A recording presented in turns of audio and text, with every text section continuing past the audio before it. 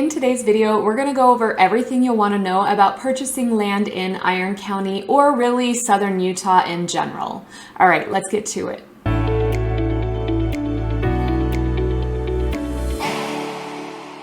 If this is your first time to this channel, we go over everything there is to know about living in Cedar City, Utah and the surrounding areas. My name is Elizabeth Prisbrey. I'm with Stratum Real Estate Group. If you are looking to buy, sell, or invest here in southern Utah, I would love it if you would reach out.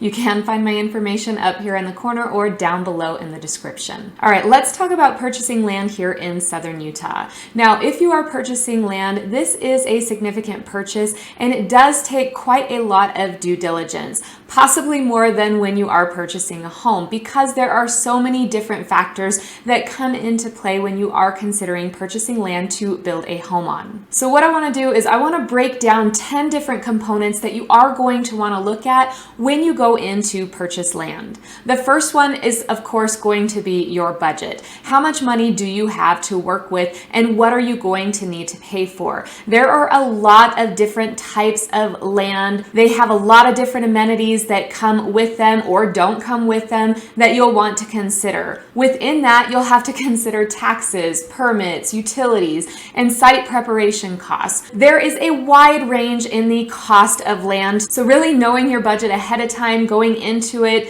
will help you out in the long run. Now, as we break down these 10 components, you will see that the price of land will vary quite considerably. You might have a 1-acre parcel that is way more expensive than a 20-acre parcel based on the amenities that come with the property as well as the location. So the first thing you want to consider is your budget. How much do you have to work with and where do you plan on spending that money? The second thing you want to take a look at is location. How close is it, or what's the proximity to schools, hospitals, your work, restaurants, whatever it is that is important to you. Where is this land located and is it going to benefit you in the future? For example, if you're looking for something a little bit more rural and private, but you are backed up against a nice big commercial development, or not even development, maybe the land has nothing on it, it's empty land, but it is zoned for commercial use and is owned by a franchise. If you're looking for privacy, obviously that location is not going to work for you. So we want to consider location of this piece of land and what your expectations are. The third thing you'll want to consider is your zoning and any land use regulations. For example, as I was just talking about, what is it zoned for? Is it commercial? Is it residential? Is it agricultural? You might look at a piece of property that you loved, but it will not allow you to do what you are intending to do with it. And maybe you are wanting to go in and use it for commercial or agricultural use. However, if you are planning to go in, build a home on it and use it for residential, you'll want to make sure that that zoning is appropriate for your intended use. Now, the fourth thing I wanted to talk about is utilities and infrastructure. This is a huge one, and this is what is going to affect the price of that land the most. For example, if you have a developed lot that somebody has come in and they have brought in the streets, they've brought in the sewer lines, they've brought in the water, they've brought in the power, and they have stubbed it up to that lot, you are going to be paying a substantially larger amount than you would, say, further out in the county or further out away from larger cities where you are getting just land. You go out there and there's no roads leading to that land. There's no water, sewer, power brought in. You're basically just getting dirt.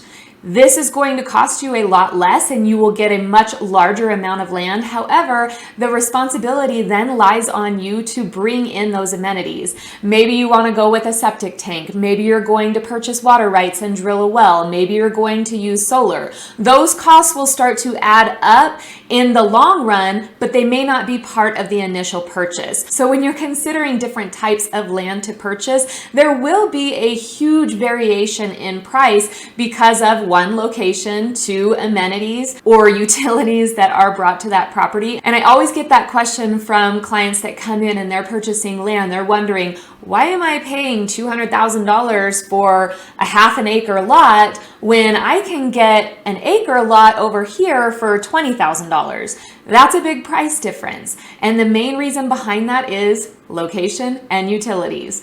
The $200,000 lot has everything stubbed to the property and there is an asphalt or paved road getting there. The $20,000 for an acre parcel has dirt roads leading out there and you've got to figure out how to bring in your water, power, septic, or sewer, any of those utilities that you might need or want. However, that's desirable to a lot of people. They'll go in, they'll purchase that lot for a much lower price, and then they'll sit on it for years and years and years with the hope that somebody will eventually develop out that way.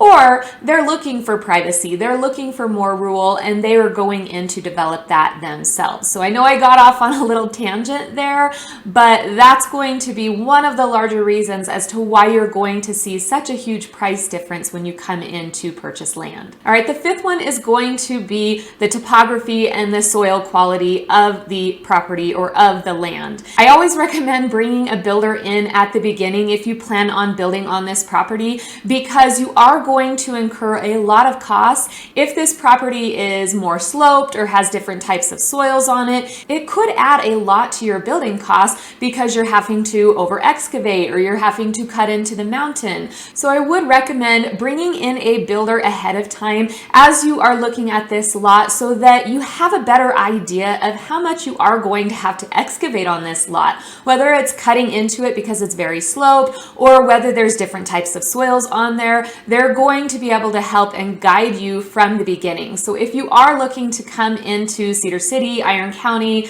really southern Utah, and you are wanting to purchase land to build, please don't hesitate to reach out to me because I can also connect you with some builders here that are wonderful. Now, the sixth thing you're going to want to consider are any environmental factors.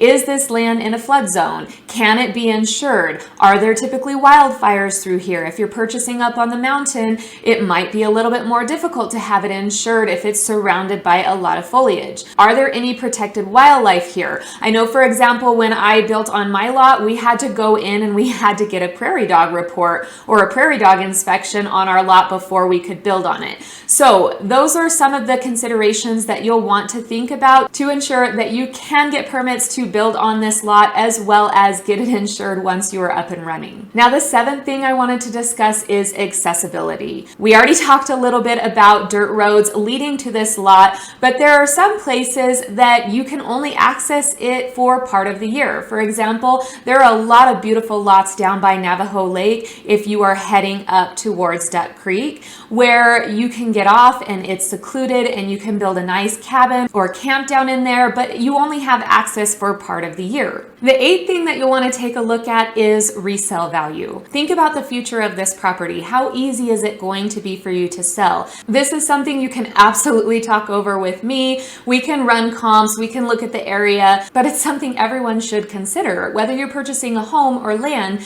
you want to know if, hey, I decide in a few years, I'm not interested in this anymore. How easily can I sell it? Am I going to make a profit? Am I going to take a loss? So definitely think about the turnover of this property that you're purchasing. Obviously, it's not at the top of the list if you plan on building there and living for quite a long time. However, oftentimes plans change. For example, I purchased a lot up in Duck Creek. I planned on building a cabin on it when I was living in Las Vegas. Then we up and decided, you know what? It's time to move to Cedar City. This is where we want to be. But Duck Creek is about a 45 to 50 minute drive up the mountain from Cedar City. So it didn't make any sense for us to build a cabin on that lot anymore. We had it about 2 years, I think. Went ahead and sold it really pretty quickly and almost doubled our money. Not quite doubled, but really close doubled our money. So taking a look at that resale value. Now, what made that easier to sell is it was in a prime location. It had roads that were county maintained, meaning they plowed the roads up to at least the lot, and then all of the utilities were stubbed into the lot. So when you have all of those factors, yes, it has resale value. It's an area people want to be. So just kind of a quick example of what I mean by resale value. Now, the ninth thing you want to take a look at is getting the land surveyed or looking at the land boundaries. Definitely have somebody get in there and survey the property so that you know where your land boundaries are, and it will help you with any disputes in the future from neighbors neighbors that either are currently there or neighbors that might be coming in at a later time. And then the last thing that I wanted to touch on is this land within an HOA or does it have any CCNRs on it? Remember, an HOA is a homeowners association that kind of oversees the rules and regulations of that area. So the CCNRs are going to be your covenants, conditions, and restrictions placed on that area. So for example, when I purchased my lot, I'm not within an HOA, but I do have CCNRs. I do have covenants, conditions, and restrictions placed on my lot. So for example, I had to make sure I had stone on the outside of my home for my neighborhood. Kind of a small thing. There are some other regulations in there, but I wanted to take a look at those ahead of time to ensure that I could comply with those and that I did actually want to buy into this neighborhood before I built. Now, kind of a brief list. There is a lot that goes into purchasing land. You definitely want to do your due diligence with it. It can seem quite a bit more extensive than if you were doing your due diligence on a home that is already built, but it will be worth it in the long run if you take the time to do that. Of course, definitely work with a professional real estate agent.